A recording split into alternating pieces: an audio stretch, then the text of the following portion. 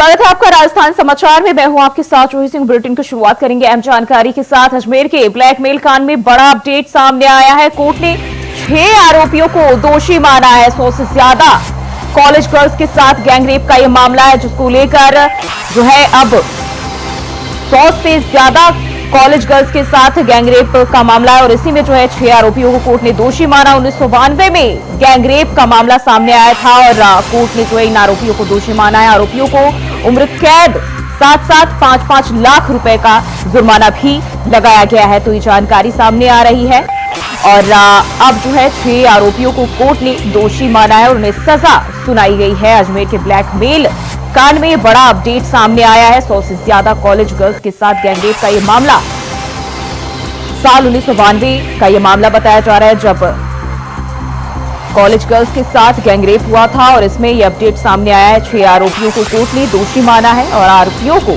उम्र कैद की सजा के साथ साथ 5-5 लाख रुपए का जुर्माना भी लगाया गया है। तो राजस्थान के 1992 के बहुत चर्चित अजमेर सेक्स और ब्लैकमेल कांड में कोर्ट की ओर से बड़ा फैसला आया है। 6 दोषियों को कोर्ट ने दोषी करार देते हुए उम्र कैद की सजा सुनाई है। साथ ही सभी दोषियों पर 30 लाख रुपए का जुर्माना भी लगाया गया है। इससे पहले अजमेर की पॉक्सो कोर्ट ने सुबह ही 6 आरोपियों को दोषी ठहराया था और यह मामला मेयो कॉलेज की 100 से ज्यादा छात्राओं से जुड़ा हुआ बताया जा रहा है, जिनके साथ ब्लैकमेलिंग की गई थी। और अब 32 साल बाद इस मामले में फैसले के समय सभी दोषी कोर्ट में मौजूद थे। वहीं देश के सबसे बड़े सेक्स स्कैंडल और अजमेर के ब्लैकमेल कांड के बाकी बचे 6 आरोपियों, जिनमें नफीस चिश्ती, नसीम और फटार्जन, सलीम चिश्ती, इकबाल भाटी, सोहिल गणी, सैयद जमीर हुसैन, ये वो दोषियों के नाम हैं। इन्हें कोर्ट ने दोषी माना है। कॉलेज की 100 से ज्यादा लड़कियों का जीवन बर्बाद करने वाले ये दोषी जब कोर्ट पहुंचे तो बेशर्मी की सारी हदें पार कर दी। जहां इस दौरान दोषी करार दिए जाने से पहले वो एक दूसरे के साथ मुस्कुराते हुए नजर आया। हालांकि उम्र कैद की सजा सुनाए जाने के बाद उनकी गर्दन जरूर झुकी हुई नजर आई थी। वहीं कोर्ट से सजा सुनाए जाने के बाद सभी दोषियों को अजमेर जेल शिफ्ट कर दिया गया है। तो 32 साल बाद कोर्ट की ओर से अहम फैसला और 100 कॉलेज गर्ल्स के साथ ब्लैकमेल का यह मामला। और इस खबर पर ज्यादा जानकारी के साथ जयपुर से कुलदीप सैनी हमारे संवाददाता हमारे साथ जुड़ गए हैं। कुलदीप, जिस तरीके से देखें 32 साल बाद इस मामले में जो है कोर्ट की ओर से अहम फैसला कितना मायने रखता है? 100 लड़कियों के साथ जो है इस तरह की वारदात को अंजाम दिया गया था। देखिए, पूरा मामला राजस्थान में नहीं पूरे देश भर में बहुचर्चित रहा और 32 साल का ये पूरा मामला था, जिसमें अजमेर के अंदर एक हाई प्रोफाइल तरीके से लड़कियों की किडनैपिंग और उनके साथ रेप का पूरा मामला खुलासा किया था। लेकिन लगातार हमने देखा कि पिछले कई सालों से इनकी सुनवाई चल रही थी और कई दोषी इसमें सजा व्याप्त हो चुके हैं। एक दोषी इसमें सुसाइड बताया जा रहा है और साथ ही जहां हम देखते हैं कि 3 पीड़ितों के बयानों के बाद ये पूरा फैसला लिया गया है। और जहां हम बात करते हैं इस तरह के बड़े घटनाक्रम की, तो राजस्थान ही नहीं देश भर में इस पूरे कांड को लेकर चर्चा हुई। साल 1992 का ये मामला था, जहां पर अजमेर में एक हाई प्रोफाइल फैमिली के पर्सन के माध्यम से इस पूरे मामले की जो जड़ें थी वो जमीन तक गई थी। जहां पर एक रईसजादे के शौक के चलते 100 लोग लड़कियों की यहाँ पर बलि चढ़ाई गई थी। और इस पूरे मामले को लेकर जहां हमने देखा कि एक लड़के का एक वीडियो उन आरोपियों के पास था और आरोपी उस लड़की को ब्लैकमेलिंग करते हुए उसकी जो गर्लफ्रेंड थी उसको बुलाया गया, उसके साथ पहले दुष्कर्म किया और उनकी न्यूड फोटोज निकालकर उनकी सहेलियों को बुलाने का काम शुरू किया। और धीरे धीरे वो ग्रुप बनाते गए और उन लड़कियों को उनके दोस्तों को बुलाने के साथ साथ उनको सबको ब्लैकमेलिंग करते करते ये पूरा मामला और आंकड़ा 100 के पार पहुंच गया। और जैसे ही पूरा मामला उजागर होने लगा, धीरे धीरे कुछ लड़कियों ने हिम्मत की और उन्होंने ये दिखाया कि उनके साथ गलत हुआ है। और इस पूरे मामले को देखकर कुछ लड़कियों ने सुसाइड तक किया था, जहां पर देश भर में इस पूरे कांड को लेकर चर्चाएं हो रही थी। और जैसे ही उन लड़कियों ने हिम्मत की और कोर्ट में मामला दायर हुआ, जहां पर कोर्ट में जहां पर दोषी पाए गए 18 लोगों को इतना वक्त क्यों लगा इस फैसले को आने में? एक दो नहीं, 100 लड़कियों के साथ जो है इस वारदात को अंजाम दिया गया, 100 लड़कियों के साथ यह हादसा हुआ था। क्यों वक्त लगा आरोपियों को सजा देने में? देखिए, इस पूरे मामले को अगर हम देखते हैं तो तकरीबन 9 जो लोग हैं वो दोषी और उनको सजा ऑलरेडी हो चुकी है। और जब सजा उनको हो चुकी है तो पूरे मामले को लेकर ये भी कहा गया था कि अब जो बचे हुए उनका क्या होना है, जिसमें से एक आरोपी ने जेल में फांसी आत्महत्या कर ली और जो 4 लोग थे उन्हें तो बरी कर दिया गया क्योंकि कुछ सबूतों का अभाव रहा। और इस पूरे मामले को लेकर जो 6 दोषी थे उन 6 दोषियों पर पहले से ही कोर्ट की निगाह थी और लगातार इस पर जो केस चल रहा था, लेकिन पोस्को जो कोर्ट नंबर अजमेर का उसमें ये सजा सुनाई गई क्योंकि लंबित मामला था और लंबे समय से इस पूरे मामले को लेकर मांग की जा रही थी कि आरोपियों को जब दोषी पाया गया था उनको सजा क्यों नहीं सुनाई जा रही। हालांकि ये सभी लोग जेल में थे और एक आरोपी था, उसे दिल्ली से आज जयपुर अजमेर लाया गया था जहां पर उसकी तबीयत थोड़ी खराब बताई जा रही थी। लेकिन पूरे मामले को लेकर कोर्ट ने चाहे फैसला लेट सही लेकिन हक में सुनाया और जहां पर आजीवन कारावास 6 के 6 आरोपियों को सुना दी गई और 5-5 लाख का मुआवजा सभी आरोपियों के खिलाफ यहाँ पर लगाया है। तो लेकिन एक बड़ा संदेश कहीं ना कहीं कानून व्यवस्था को लेकर जो कहा जा सकता है, क्योंकि जब इतने बड़े सेक्स स्कैंडल का खुलासा हुआ और 100 से ज्यादा लड़कियां पीड़ित रही, तब भी 32 साल बाद किसी फैसले का आना कहीं ना कहीं भारत की न्यायपालिका की लचरता को दिखाता है। वो कहीं ना कहीं उसमें जो फास्ट ट्रैक कोर्ट का अब काम हुआ है, फास्ट ट्रैक कोर्ट के साथ साथ अब जहां पर पॉस्को कोर्ट के साथ काम शुरू किए गए हैं, तो कहीं ना कहीं माना जा सकता है कि अब देश भर में जिस तरीके के घटनाक्रम बढ़ रहे हैं, क्योंकि हमने देखा कोलकाता में हाल ही में महिला डॉक्टर के साथ बलात्कार हुआ है, तो कोर्ट को इस पूरे मामले को लेकर संज्ञान प्राथमिकता से लेना चाहिए। लेकिन ये तो मामला जब 100 लड़कियों से ज्यादा का था और रैपिस्ट भी एक नहीं 18 लोग थे और 18 के 18 लोग दोषी थे, पुलिस के पास पुख्ता सबूत थे, लेकिन कहीं ना कहीं जो न्याय में देरी हुई है वो कहीं ना कहीं सवाल खड़े करती है। लेकिन कुलदीप, जैसा कि आपने बताया कि 9 लोग जो है पहले से ही सजा उनको मिल चुकी है, हालांकि अभी 4 लोगों को बरी भी किया गया है सबूतों के अभाव में, तो क्या इसे माना जाए कि पूरी तरह से न्याय मिल चुका है?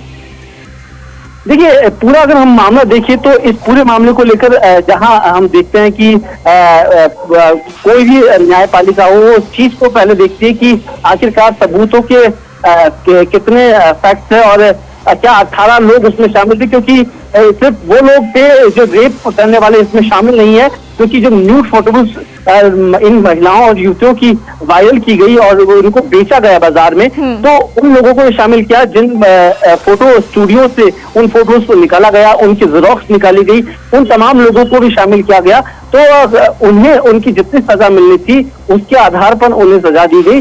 और लेकिन जो वाकई में रैपिस्ट थे जिनके जहां पर जांच की गई और जांच में उनके पाया गया कि इन तमाम लोगों ने रैपिस्ट किया, महिलाओं ने जो युवतियों ने केस दायर किया है उन्होंने चेहरे पहचाने और उनके आधार पर उन्हें दोषी पाया गया। हालांकि जो बरी किए गए हैं वो तमाम वही लोग जो मैं आपको बता रहा था कि किसी की फोटो स्टूडियो की दुकान थी, किसी के उनके साथ संलिप्तता की, कोई ड्राइवर था, कोई उनकी देखरेख में था, तो ये पूरा एक बड़ा गैंग इस पे काम कर रहा था, जिसको लेकर कोर्ट ने संज्ञान लिया और 6 जो दोषी अभी बचे हुए थे उनको आजीवन कारावास की सजा सुनाई। लेकिन यहाँ हैरत की बात एक और सामने आ रही है कि सजा के पहले ये आरोपी मुस्कुराते हुए दिखाई दे रहे हैं, यानी कि साफ तौर पर पता चलता है कि जो आरोपी है, जो अपराधी है, उनमें जो है पुलिस और कानून का कोई खौफ नहीं है। देखिए, न्यायपालिका भारत की शुरू से हमने देखा कि हमारा जो संविधान बना हुआ है और जिस आधार शिला पर हमारा कानून व्यवस्थाएं बनाई गई है वो काफी लचर है। वो अगर यहाँ पर एक भी सबूत का अभाव और होता तो मुझे लगता था कि जो दोषी है उन्हें और इंतजार मिल जाता, चाहे वो जेल में रहकर खुश रह सकते थे। लेकिन अभी भी जिस तरीके के जो फैसले सुनाए, क्योंकि कोर्ट के बाहर जो पीड़ित लोग थे वो भी वहां मौजूद थे, उनके परिजन मौजूद थे और कई लोग मौजूद थे, उनका कहना था कि आजीवन कारावास उनको पूरा जिंदगी जीने का हक देता है, इसलिए कोर्ट को इस पूरे मामले को लेकर फांसी की सजा सुनानी चाहिए ताकि उन्हें उस गलती का एहसास हो सके जिन्होंने उन 100 जिंदगियों को उजाड़ा है। लेकिन न्यायपालिका का जो फैसला है वो सर्वोपरि माना जाता है, इसलिए लगातार ये माना जा रहा था कि उनकी जो सजा है हालांकि इसे लेकर आगे भी अगर इस चीज को लेकर ये माना जाए कि लोग इससे खुश नहीं है इस फैसले से, तो आगे अपील की जा सकती है कि इनकी सजा में बदलाव हो। लेकिन फिलहाल जब न्यायपालिका की ओर से ये फैसला सुनाया गया है, तो कहीं ना कहीं माना जा सकता है कि दोषियों को सजा तो मिली है, लेकिन वो सजा उन करतूतों से बड़ी नहीं है जो उन्होंने वो कृत्य किया है। बिल्कुल कुलदीप, बहुत बहुत शुक्रिया जानकारी साझा करने के लिए। तो 32 साल बाद जो है ये फैसला कोर्ट की ओर से आया और 6 आरोपियों को सजा सुनाई गई है। और बढ़ते आगे, जोधपुर के प्रताप नगर के सदर थाना क्षेत्र में बदमाशों ने जमकर उत्पात मचाया। बदमाशों ने आधी रात को मोहल्ले में घुसकर घरों के आगे खड़ी गाड़ियों में तोड़फोड़ की। मोहल्ले के लोग जागे तो बदमाश मौके से फरार हो गए। घटना से गुस्साए लोग थाने पहुंचे और पुलिस से बदमाशों की गिरफ्तारी की मांग की। लोगों की भीड़ को देखते हुए प्रतापनगर एसीपी मौके पर पहुंचे और बदमाशों को पकड़ने के लिए टीम बनाई गई।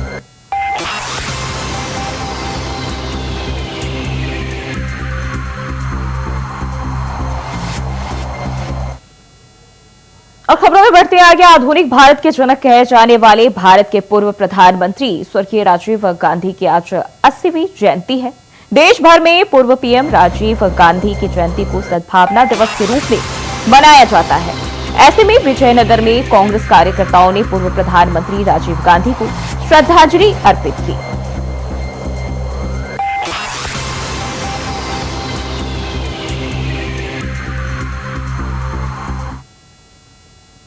और राजस्थान में आधा मानसून बीत चुका है, आधा अभी बाकी है। ऐसे में मानसून ने राज्य के कई इलाकों में अपनी मेहरबानी पूरी कर दी है, लेकिन अब भी कई इलाके औसत बारिश से वंचित है।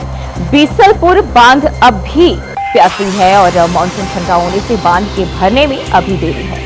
इधर आधे मानसून के दौरान सर्वाधिक बारिश की बात की जाए तो दौसा में सर्वाधिक बारिश के आंकड़े रिकॉर्ड किए गए हैं। मौसम विभाग के अनुसार 1 जून से 18 अगस्त के आंकड़ों के अनुसार दौसा के महवा में सर्वाधिक यानी कि 1584 मिलीमीटर यानी कि 63 इंच पानी बरसा है। जयपुर और भरतपुर संभाग में भारी बारिश हुई।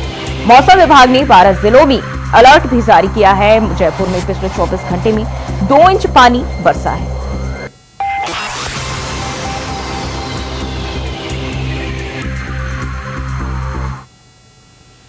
और जयपुर के शास्त्री नगर इलाके में हत्या के मामले में पुलिस ने दोनों आरोपियों को गिरफ्तार कर लिया है। बीते शुक्रवार को एक युवक की 2 बदमाशों ने पीट कर हत्या कर दी थी, जिसके बाद युवक की मौत हो गई। वहीं दोनों आरोपी वारदात को अंजाम देने के बाद फरीदाबाद पहुंच गए थे, जहां से पुलिस ने दोनों को गिरफ्तार कर लिया।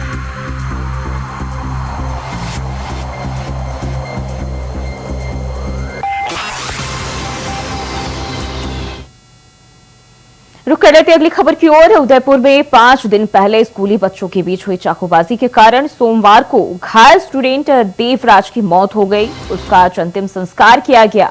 बच्चे के पिता और चचेरे भाई ने उसे मुखाग्नि दी। इस दौरान सैकड़ों की संख्या में मौजूद लोग नारेबाजी करते रहे। इससे पहले निकली अंतिम यात्रा के दौरान भी पूरे रास्ते लोग नारेबाजी करते नजर आए। अंतिम संस्कार के दौरान पुलिस प्रशासन के बड़े अधिकारी मौजूद रहे। किसी भी अप्रिय घटना से निपटने के लिए अंतिम संस्कार की ड्रोन से निगरानी रखी गई थी। आपको बता दें, 3 मांगों पर सहमति बनने के बाद परिजन अंतिम संस्कार के लिए तैयार हुए। इनमें 51 लाख रुपए की आर्थिक सहायता, परिवार के एक सदस्य को संविदा पर नौकरी और SC/ST एक्ट मामले में कार्रवाई की मांग शामिल है। वहीं उधर कांग्रेस ने उदयपुर में चाकूबाजी की घटना और घायल स्कूली छात्र देवराज के इलाज के दौरान मौत के मामले की विस्तृत जांच करने के लिए वरिष्ठ नेताओं की कमेटी बनाई है। प्रदेशाध्यक्ष गोविंद सिंह डोटासरा ने आदेश जारी कर कमेटी में सांसद भजनलाल जाटव, पूर्व मंत्री उदयलाल आंजना, पूर्व मंत्री रामलाल जाट और उदयपुर लोकसभा सांसद प्रत्याशी ताराचंद मीणा को शामिल किया है।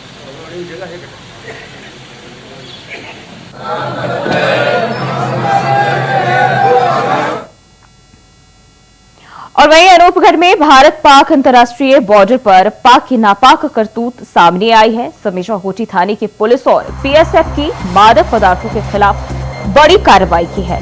आज सुबह अंतर्राष्ट्रीय सीमा क्षेत्र से 3 किलोग्राम हेरोइन बरामद हुई है। आपको बता दें कि देर रात ड्रोन के जरिए बॉर्डर पार से हेरोइन भेजी गई थी। अंतर्राष्ट्रीय बाजार में हेरोइन की कीमत करीब 15 करोड़ रुपए बताई जा रही है। पूरे एरिया में पुलिस और BSF का सर्च ऑपरेशन चल रहा है। गांव 44 PS के पास पकड़ी गई है हेरोइन की खेप।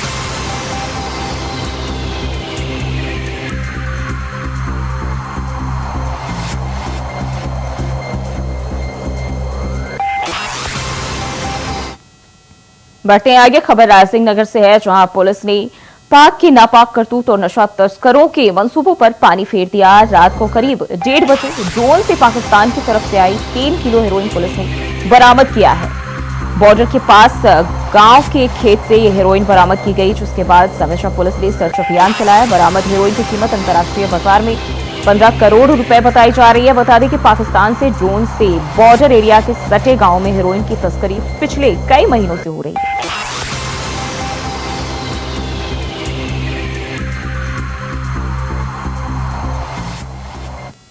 को सूचना मिली थी कि 44 PS की तरफ मादक पदार्थ की तस्करी हो सकती है। इस सूचना को और डेवलप किया गया और समस्त जाब्ते को लेकर 44 PS पहुंचे तो कलरम को एक विशेष सूचना मिली कि ड्रोन की कोई गतिविधि हुई है, जिस पर जो खेत है 44 PS का उसमें BSF के साथ सर्च अभियान चलाया गया। इस सर्चिंग अभियान के दौरान 3 किलो हीरोइन बरामद की गई और अन्य सर्च अभियान भी चल रहा है। पूरे कोऑर्डिनेशन करके BSF के साथ पूरे जिले भर में नाकाबंदी की जा रही है और जो तस्कर है उसकी। और वहीं टोंक में जनाना अस्पताल में बड़ी लापरवाही का मामला सामने आया है। सुबह 6 बजे पेट दर्द की शिकायत लेकर अस्पताल पहुंचे 13 वर्षीय बच्चे को इलाज नहीं मिला, जिस वजह से बच्चे की मौत हो गई। परिजनों ने अस्पताल में अव्यवस्था के कारण बच्चे की मौत का आरोप लगाया है। बच्चे की मौत के बाद परिजनों ने हंगामा भी किया।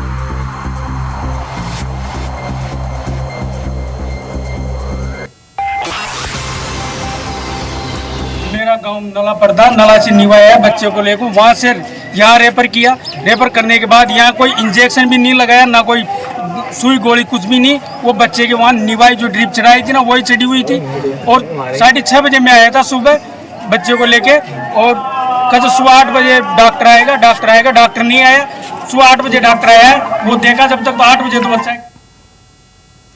वहीं फसल बीमा क्लेम के भुगतान की मांग को लेकर जोधपुर में आज लूणी क्षेत्र के किसानों ने कलेक्टर कार्यालय पर धरना देकर अपनी मांग को उठाया। जोधपुर में बरसात के बाद जल भराव की स्थिति से एक बार फिर फसलें जो है वो खराब होने की कगार पर है। ऐसे में किसान अपनी विगत फसल के बीमा क्लेम की राशि के भुगतान की मांग की और इस बार फसल की खराबी का जो मुआवजा है इसको लेकर जिला कलेक्टर की ओर पहुंचे। लूणी क्षेत्र के बठिंडा पंचायत समिति के किसानों के अनुसार फसल बीमा योजना के तहत पिछली बार का बीमा और फसल खराबी का मुआवजा अभी तक किसानों को नहीं मिला है। वहीं इस बार भी बारिश ने सभी बोई हुई फसल का खराब कर दिया है और ऐसे में किसान हताश और निराश है और उन्हें अब सरकार से आस है।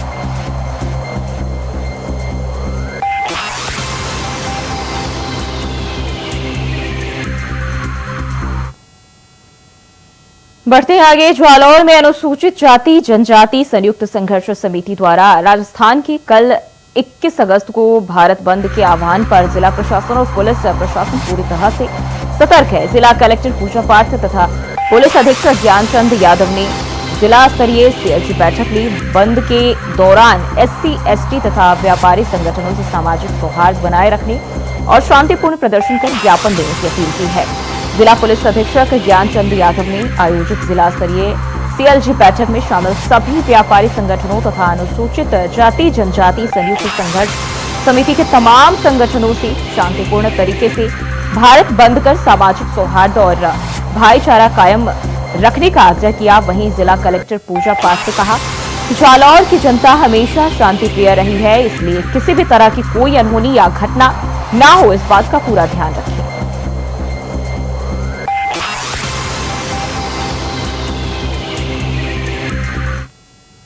और SC, ST वर्ग की तरफ से 21 अगस्त को भारत बंद का आह्वान किया गया। कई संगठन जगह जगह रैलियां निकालेंगे, जिसको लेकर वृत्ताधिकारी, उपखंड अधिकारी, तहसीलदार ने ओसियां थाने में व्यापारियों द्वारा लगातार शांतिपूर्ण तरीके से विरोध करने की अपील की है। थानों में CLG बैठक बुलाकर सदस्यों से बात भी की। ओसियां व्यापार मंडल ने सर्वसहमति से कल 10 बजे से 1 बजे तक संपूर्ण दुकानों को बंद करने का आह्वान किया। व्यापार मंडल अध्यक्ष सुनील लोहाटी ने बताया कि कल SC, ST वर्ग के लोग ओसियां में रैली निकालेंगे और उपखंड अधिकारी ज्ञापन सौंपा जाएगा, जब तक सभी दुकानें बंद रखेंगे।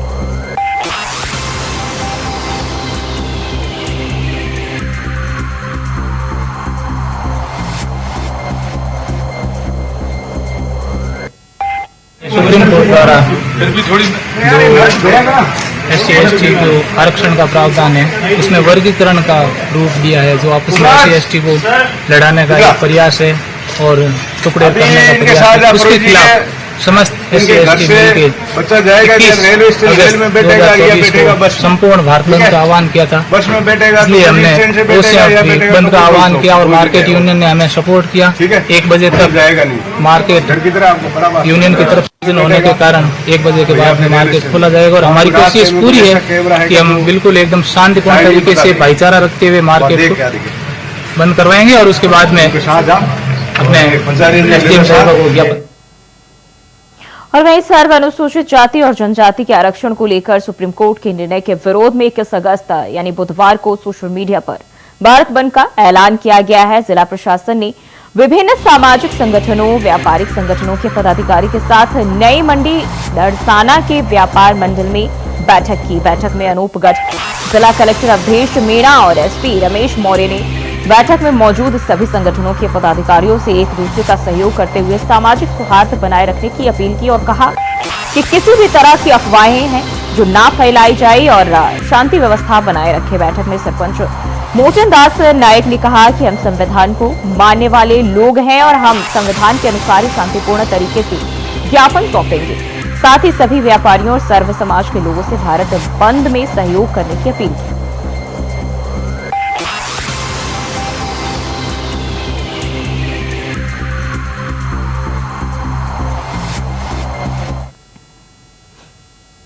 और वहीं टोंक सहित प्रदेश में हो रही अच्छी बारिश के बाद फसलें अच्छी लहर आ रही है। दूसरी ओर कृषि विभाग भी सतर्क है और इस बार कृषि विभाग का बुआई लक्ष्य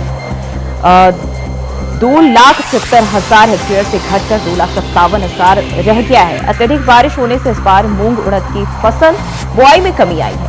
फसलों पर किसी प्रकार की बीमारी ना हो, इसको लेकर अधिकारी लगातार निरीक्षण भी रैंडम सर्वे कर रहे हैं और टोंक जिले भर में फसलों की सुरक्षा को लेकर 200 कृषि पर्यवेक्षक व 34 कृषि अधिकारी लगातार काम कर रहे हैं। फसलों की स्थिति को लेकर हमारे संवाददाता कजोर गुर्जर में कृषि संयुक्त निदेशक वीरेंद्र सिंह से खास बातचीत की।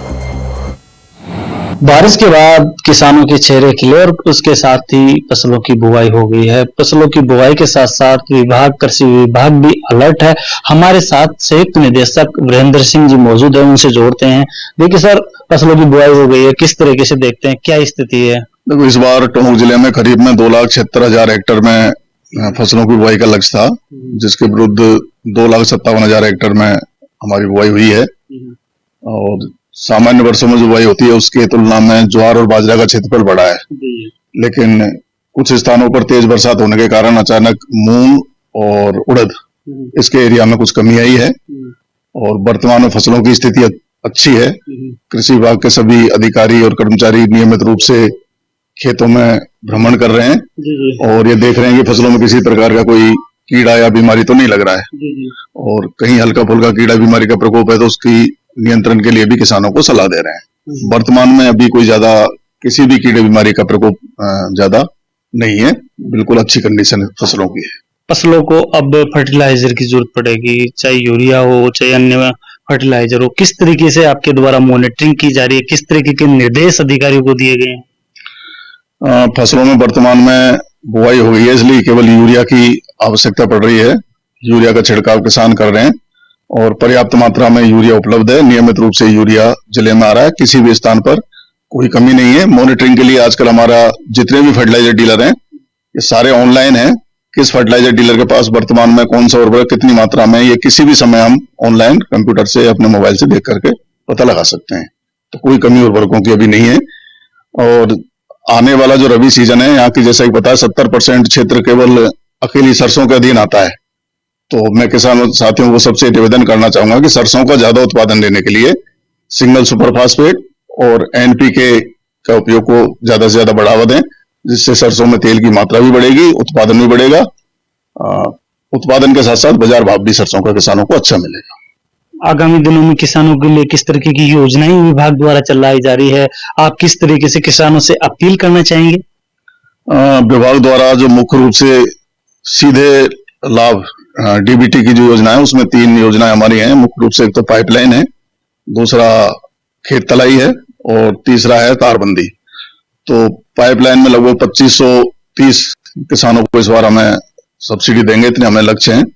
और उसमें हम 2000 से ज्यादा किसानों को प्रशासनिक स्वीकृति जारी कर चुके हैं। वो जैसे ही पाइपलाइन ले आएंगे हमारे कृषि पर्यवेक्षक उसका वेरिफिकेशन करेंगे।